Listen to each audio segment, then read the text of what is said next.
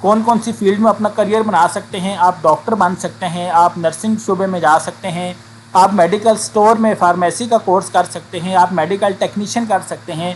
آپ کو سمجھانے کے لیے یہ دیکھیں میں نے کچھ کیٹیگریز لکھی ہیں. یہ دیکھیں میڈیکل فیلڈ میں کتنے جو ہیں وہ کیٹیگریز ہیں. آگے جو ہے وہ ڈینٹل میں ہوتی ہے, میڈیکل لیب میں ہوتی ہے, سرجیکل میں FSC ہوتی ہے, بہت ساری آگے کیٹیگریز ہوتی ہیں. تو ان سب کو آپ لوگ دیکھ لیجئے گا. میں جسٹ آپ لوگوں کو اوور ویو دے رہا ہوں. اس طرح جی میڈیکل سٹور کا جو ہے وہ کورس ہوتا ہے, میٹرک کے بعد بھی ہوتا ہے, انٹر کے بعد بھی ہوتا ہے. اس سے یہ ہوتا ہے کہ جو بچیاں یا جو بچے میڈیکل سٹور کا کورس کرتے ہیں وہ پھر میڈیکل سٹور والوں کو اپنا لائسنس بیچتے ہیں. یعنی کہ 1 سال کے لائسنس کا آپ ان سے بات کر لیں گے, جی آپ ہمیں 1 لاکھ روپیہ دیں, ہم 1 سال کے لیے آپ کو اپنا میڈیکل سٹور کا لائسنس دے دیتے ہیں. اس کے علاوہ جس میڈیکل سٹور کو آپ لائسنس دیں گے وہاں پر آپ کسی ٹائم بھی جا کر جس بندے کا لائسنس ہوگا وہ چیک کر سکتا ہے کہ وہ میڈیکل سٹور دوائیاں ٹھیک بیچ رہا ہے, کیونکہ آپ کے نام پہ وہ میڈیکل سٹور چل رہا ہوگا. اس کے علاوہ آپ کی جتنی بھی دوائیاں ہوں گی وہ ساری فری ہوں گی. تو میڈیکل سٹور کا وہ بچے جو میڈیکل فیلڈ میں آنا چاہتے ہیں جن کے پاس پیسے نہیں ہیں وہ یا تو ڈینٹل کا کورس کر لیں یا پھر میڈیکل سٹور کا کورس کر لیں. لیکن میں زیادہ سجیسٹ یہ کروں گا میڈیکل سٹور کا کورس کریں. اس میں آپ کو پھر کچھ بھی نہیں کرنا پڑتا. میڈیکل سٹور والے خود آپ کے پاس آتے, منتیں کرتے, لائسنس لیتے ہیں اور لاکھوں روپے دے کر چلے جاتے ہیں. ٹھیک ہے, تو یہ خاص کر کے بچیوں کے لیے, لڑکیوں کے لیے یہ میڈیکل سٹور کا جو کورس ہے بہت بیسٹ رہے گا. اب آگے بات کریں تو پری انجینئرنگ کی. پری انجینئرنگ ڈیفینیٹلی جیسا کرائٹیریا میں نے آپ کو بتایا کہ پری میڈیکل کا ہے ویسا ہی پری انجینئرنگ کا ہے, کیونکہ میڈیکل اور انجینئرنگ کے اسٹوڈنٹس کو بہت زیادہ پڑھنا پڑتا ہے, بہت زیادہ پڑھائی کرنی پڑتی ہے. اس میں جو ہے وہ پرائیویٹ کالج والے آپ کے اگر 60% مارکس ہیں تو آپ کو پری انجینئرنگ میں ایڈمیشنز دے دیں گے. سوری یہاں پر میں فزکس لکھنا تھا, شاید میں نے بایو لکھ دیا. تو یہ جو دوسرے سبجیکٹ ہیں ادر دین بایو کے, فزکس کے, کیمسٹری کے, اس میں آپ کے مارکس اچھے ہونے چاہیے. ٹھیک ہے, تو آپ کو نہیں بھی ہوں تو 60% تک بھی ہوں تو پرائیویٹ کالج آپ کو داخلہ دے دیتا ہے. لیکن گورنمنٹ کالج کے لیے 90% پلس آپ کے مارکس ہونے چاہیے. اور میرٹ لسٹ جو ہے وہ جتنے بھی بچے اپنے ایڈمیشن لیتے ہیں اپنے مارکس بتاتے ہیں اس کے ریگارڈنگ میرٹ لسٹ بنتی ہے. اور اگر آپ کو FG کالج میں داخلہ نہیں ملتا تو پھر صوبائی کالج میں داخلہ لے لیں. صوبائی کالجز کون سے ہوتے ہیں میں پیچھے ڈیٹیل میں آپ کو بتا چکا ہوں.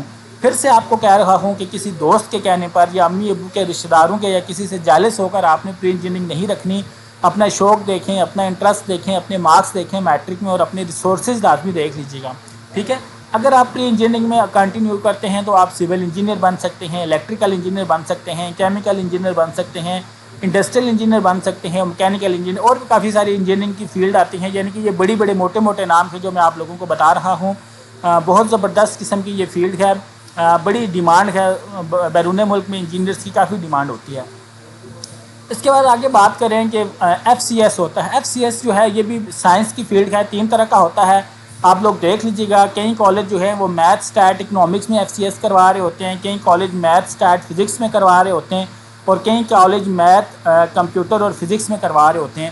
اگر آپ میتھ اسٹیٹ فزکس رکھیں گے تو آپ جو ہے وہ بزنس فیلڈ میں, اکانومی فیلڈ میں, کامرس کی فیلڈ میں اپنا کریئر بنائیں گے. اگر آپ میتھ اسٹیٹ فزکس رکھتے ہیں تو فزکس کے آگے جتنے بھی برانچیں نکلتی ہیں وہاں پر آپ لوگوں کا کریئر بنے گا. اگر آپ میتھ کمپیوٹر فزکس رکھتے ہیں اور کمپیوٹر اور فزکس دونوں آپ کے پاس آپشن ہوں گے, آپ اپنا کریئر ان دونوں میں بنا سکتے ہیں. آگے بات کریں تو یہاں پر جی اس کے لیے مارکس کا, پرائیویٹ کالج میں اگر آپ کے 55% بھی مارکس ہیں تو آپ کو ایڈمیشن مل جائے گا. آپ کے جو سائنس کے سبجیکٹ ہیں وہاں پر, سوری یہ بایو میں لکھنا ہٹانا, سائنس کے سبجیکٹ میں آپ کے 60% مارکس ہونے چاہیے. اس کے بعد جو پرائیویٹ کالج ہیں, سرکاری کالج ہیں, اس میں کم ہی سرکاری کالج FCS آفر کر رہے ہوتے ہیں. لیکن جو کرے گا وہ پھر 80 سے 90% آپ کے مارکس ہونے چاہیے, اور مین جو سبجیکٹس ہیں اس میں 70% پلس آپ کے مارکس ہونے چاہیے. ٹھیک ہے جی, اس میں اگر پھر وہی بات کریں کہ آپ لوگوں نے اپنے شوق سے اپنا رزلٹ دے کر اور اپنے ریسورسز دے کر آپ لوگوں نے FCS میں ایڈمیشن لینا ہے, اور آپ فزکس کی فیلڈ میں اپنا کریئر بنا سکتے ہیں, اکنامکس کی فیلڈ میں بنا سکتے ہیں, کمپیوٹر کی فیلڈ میں آپ FCS کر کے اپنا کریئر بنا سکتے ہیں. آگے بات کریں تو ICS آ گیا. ICS کا مطلب ہوتا ہے جی انٹر ان کمپیوٹر سائنس, یعنی کہ پیورلی یہ جو گیمیں بناتے ہیں, بڑے بڑے سافٹ ویئرز بناتے ہیں, یہ لوگ ICS سے اپنا آغاز کرتے ہیں. اگر آپ لوگوں کے 55% ہیں مارکس میٹرک میں تو تب بھی آپ کو پرائیویٹ کالج دے دے گا. کمپیوٹر میں آپ کے اچھے مارکس کم سے کم 70% پلس ہونے چاہیے, کم بھی ہوں تو پرائیویٹ کالج آپ کو ایڈمیشن دے دے گا.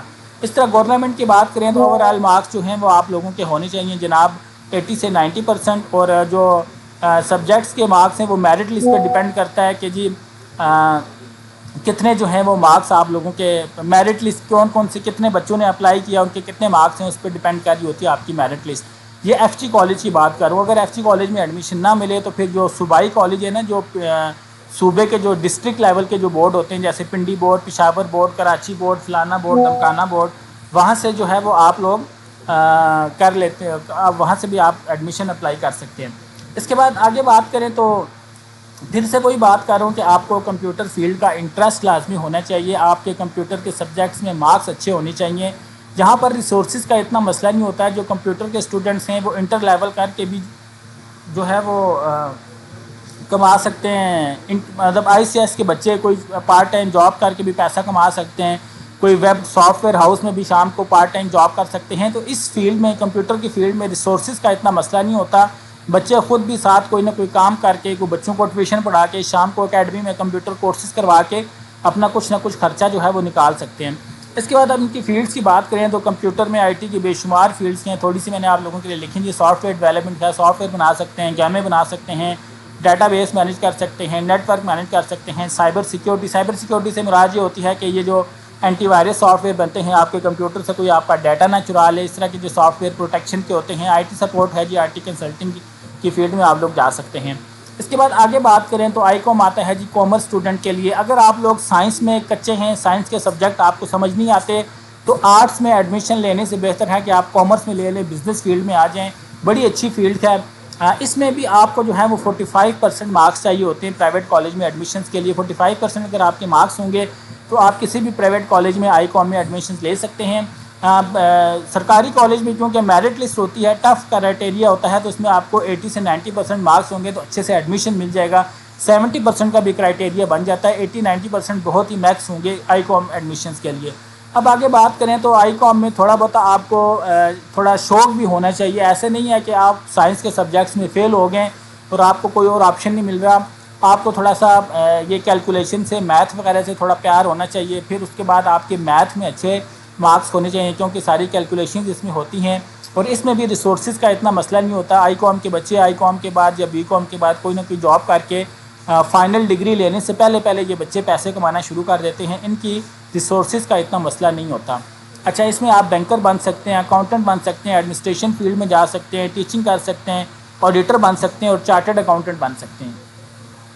آگے بات کریں تو آرٹس کی وہ بچے جن کے میٹرک میں بہت کم نمبر آئے ہیں، سائنس کے سبجیکٹ انہیں سمجھ نہیں آتی، وہ دیکھیں پڑھائی آپ لوگوں نے نہیں چھوڑنی، پڑھائی لازمی کرنی ہے، تو آپ لوگ آرٹس میں اپنا کریئر بنا سکتے ہیں۔ آرٹس کو بری فیلڈ مت سمجھیں، اس میں آپ وکیل بن سکتے ہیں، اس میں آپ ٹیچر بن سکتے ہیں، اس میں آپ بینکر بھی بن سکتے ہیں، اس میں آپ آفس جاب کر سکتے ہیں۔